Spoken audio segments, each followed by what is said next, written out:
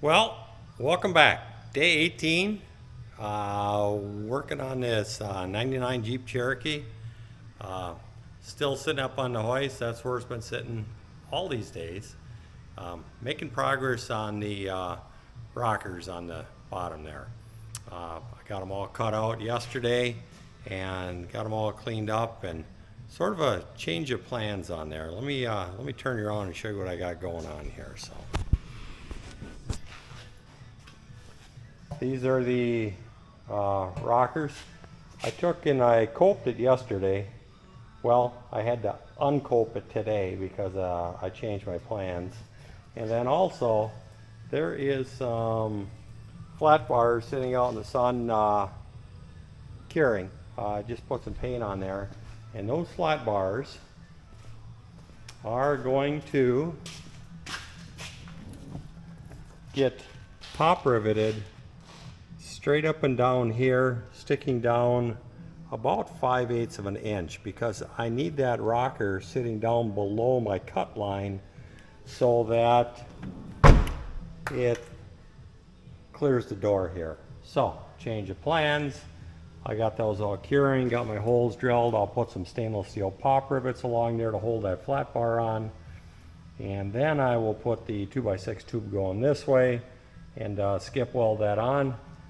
And we'll have a solid rocker bore on there. And then I'll do a little attaching in the back there. So while everything's curing, I got another filler project here that needs to get off the list here.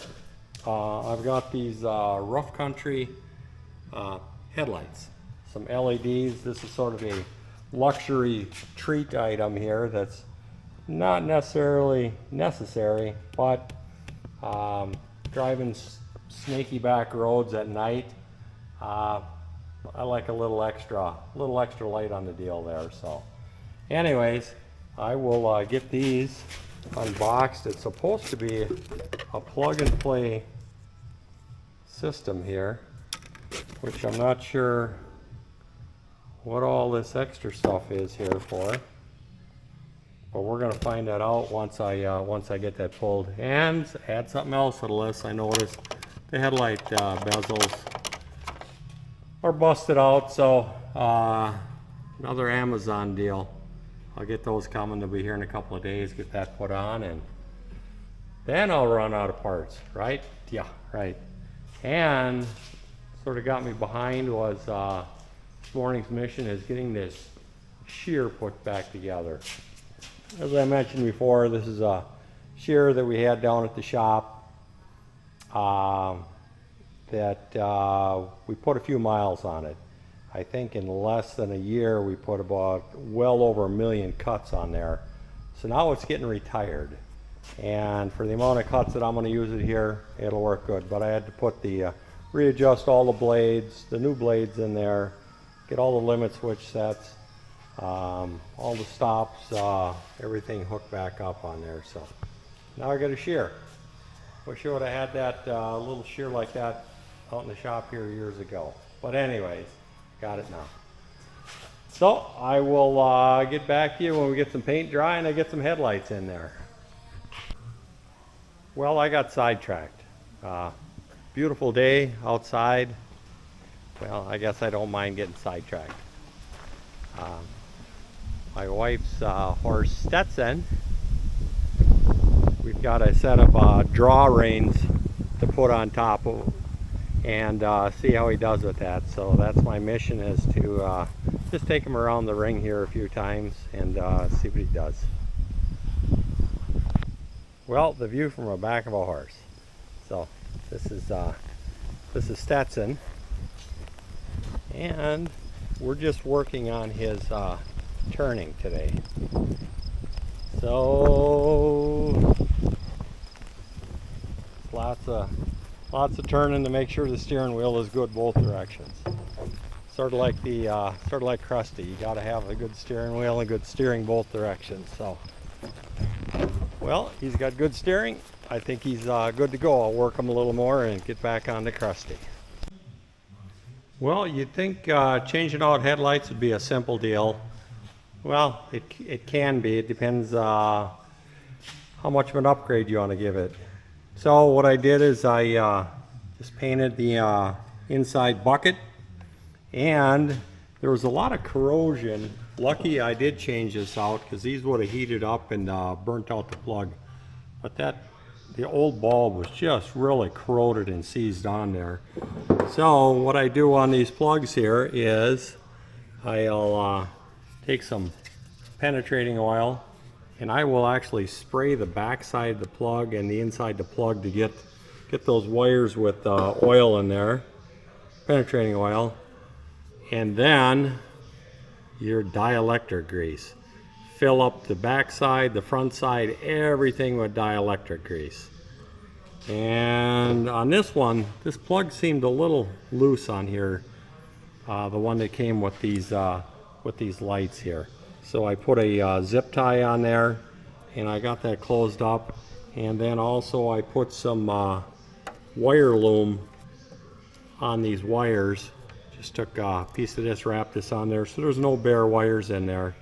And now the next thing I'll do is, there's 4 holes that hold that light frame on there, and that is this right here. Those screws have a tendency to strip out of there and seize up, and then you got a frickin' mess. And I'm going to show you in a little bit how I got the other ones off. So there again, the dielectric grease. Just give those holes a little shot of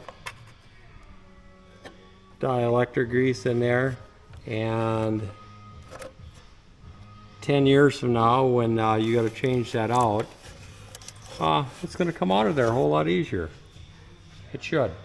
Now to change these out, you got to get this screw in there, and what I did is before I go at it with the impact here, I pulled it out, I took a hammer and I smacked the end of this here. And let's see if we can get that nope, it's not going to stay. So anyways, I just take a hammer, smack the end of this thing to sort of set your Phillips bit in there, and because it's sort of rusted in there. Like I said, it's a one-shot deal. You strip that out and you're gonna be frickin' drilling and swearing and all kinds of stuff. So the only way that I could get this out is with a real light impact wrench. You put that on there, let that hammer, and they'll come out of there, because the screwdriver would not have worked for this application here. So be creative and don't strip your screws out.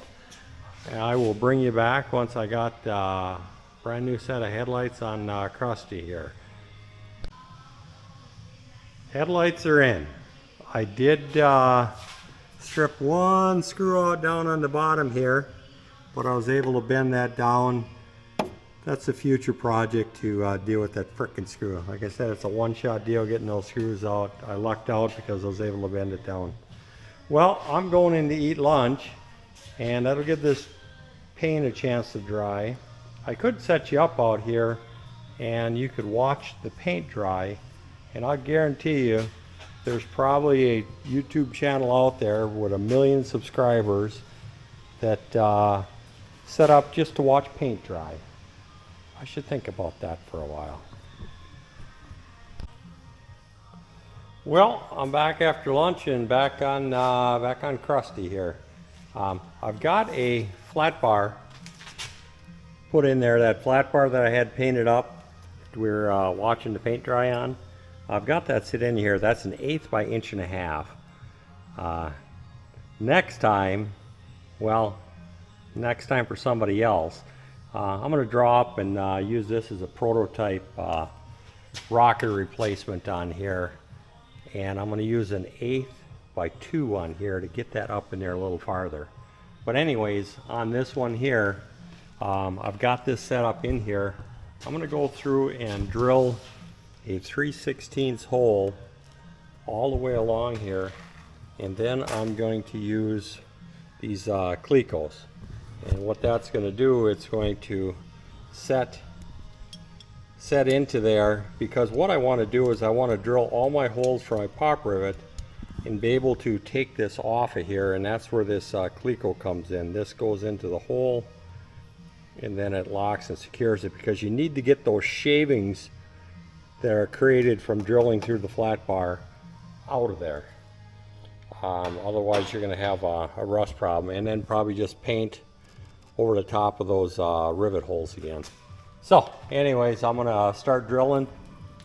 One thing to check is make sure that you got this flat bar sitting down below the edge here, so that when we put the rocker on there, it's not going to crash. So it's getting there. Get back to you when I get this thing all drilled and to get the rocker set in place. Well, I got all the future prop rivet holes drilled. All the Clecos are in there, and we've got this set at a distance all the way through here, from the top down to here, about 2 3/16. If I ever do this again, it'll be about 2 1/4. And then this back piece is sticking out here about 2 1/4 on here. What I'm going to do is go through, now that I got all the holes pre-drilled in here, I am going to pull all my Clecos out of there and clean up that flat bar, get rid of all the drill shavings, repaint around all this holes where there's bare metal now from the drilling process, and get her popped on with some good stainless steel pop rivets.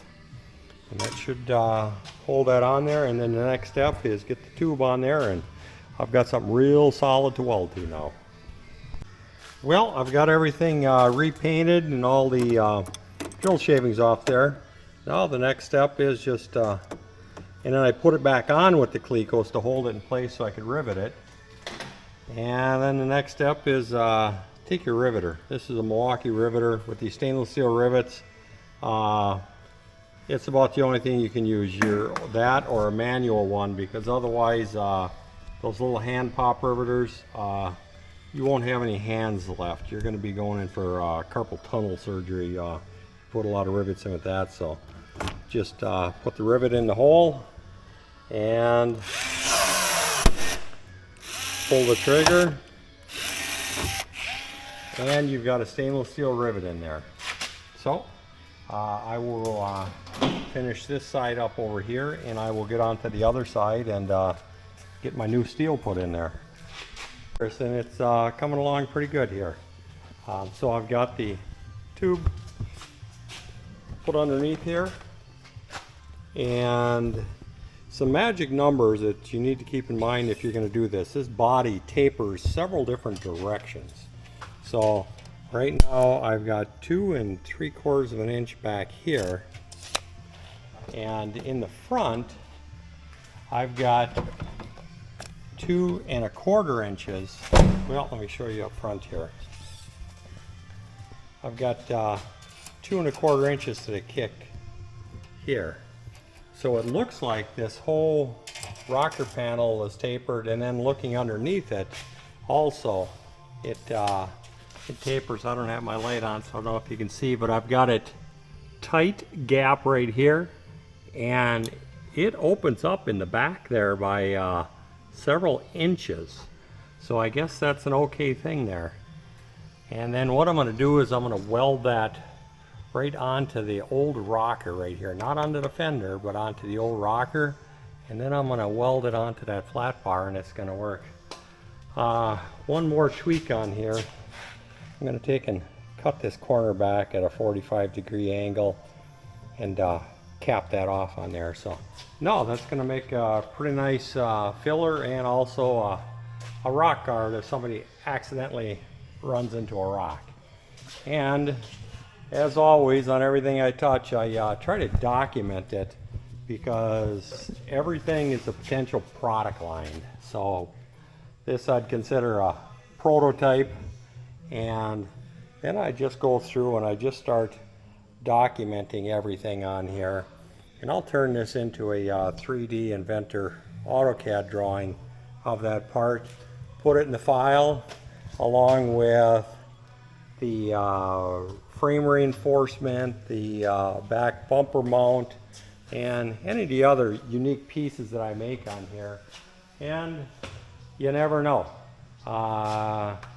where that all ends up and what happens. So maybe somebody might want to start selling these aftermarket Jeep parts and buy a whole bunch of them and sell them, because like I said, I don't want to sell to the individual, but I will work with the guys at the shop, and we'll make up batches of them. So anyways, pretty good system so far. I like it. It's coming out better than what I thought. Well, we're done for tonight. It's dark out there and the crickets are out. Let me just give you a wrap up of what we got done on here today. The rocking are looking pretty good. Turned out pretty nice. Got them all welded in there. It's all solid. And now the next thing is I've got them tied up in the front, but I've got to put some gussets from there to the spring shackle mount, so that's going to be solid. So I got that side done. I got this side done. Had a few little delays there. Had to switch over, ran out of wire, ran out of gas, but we made it through it. So tomorrow is the armor on the sides there. So, oh, and I got a hole in the back here yet I forgot about. So anyways, thanks for sticking around with me. If you made it this far in the video, we will catch you Sunday morning bright and early. Thank you for watching Alan's Day. Life is about making choices. Some things are already perfect. Some things you may choose to upgrade. This channel will show you both. Please like, subscribe, and share.